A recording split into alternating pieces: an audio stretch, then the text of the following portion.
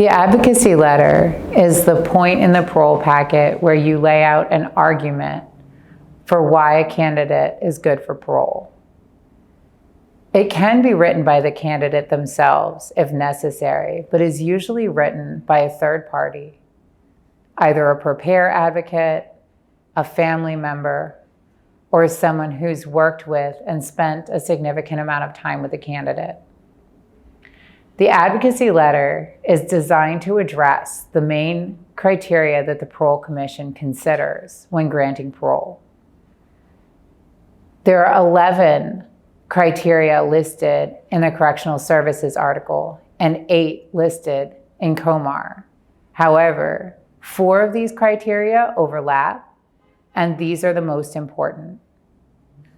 In order to fully address what the Parole Commission is most likely to consider, you need to make sure to talk about remorse and understanding of the crime, rehabilitation during incarceration, a strong supportive reentry plan that's likely to make the candidate successful, and why the candidate is no longer a threat to society. In order to do that, the advocacy letter will reference materials that the Parole Commission looks at, including the certificates, institutional progress reports, letters, evaluations, and the narrative that the candidate's given of their case. If possible, it's also good to take a look at the state side and see what they have to say and how it fits with the story that the packet is telling. The advocacy letter should detail the strongest points that the candidate makes first. It should highlight those in brief 1 to 2 sentence points, expanding only when absolutely necessary. Other than that, it should reference the material later in the packet.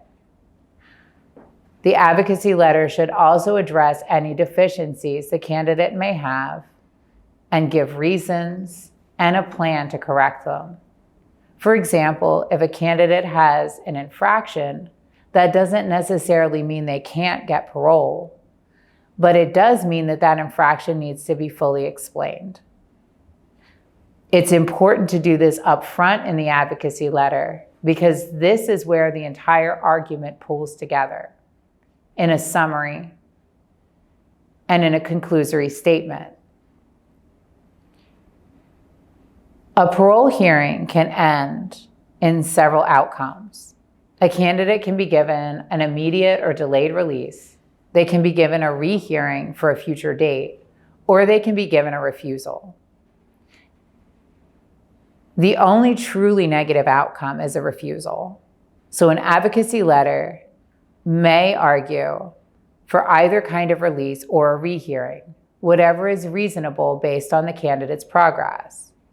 Not everybody is a good candidate for parole right now, but everybody with hard work can become a good candidate for parole. So, in a case where a candidate may have serious deficiencies, such as a lack of a GED, infractions, or lack of programming, it's possible to make that ask of the Parole Commission that they require the candidate to be placed in those classes, and in so doing, help them become a better candidate for parole when they come up next time. The conclusion of the advocacy letter should clearly state what you're asking for. Then it should give a reason why that is going to create the best outcome for the candidate and society. If you're asking for stipulations, list exactly what those stipulations are. This is also a good point to let the Parole Commission know if you have an advocacy call scheduled and who is going to participate in that call. The advocacy call is where you'll present verbally the information that's presented in the parole packet. Pulled together, the advocacy letter is arguably one of the more important sections of the parole packet. It's up front, it's right behind the dashboard, and it should contain a summary of all of the information that the rest. It's up front, it's right behind the. It's up front, it's right behind the parole packet summary.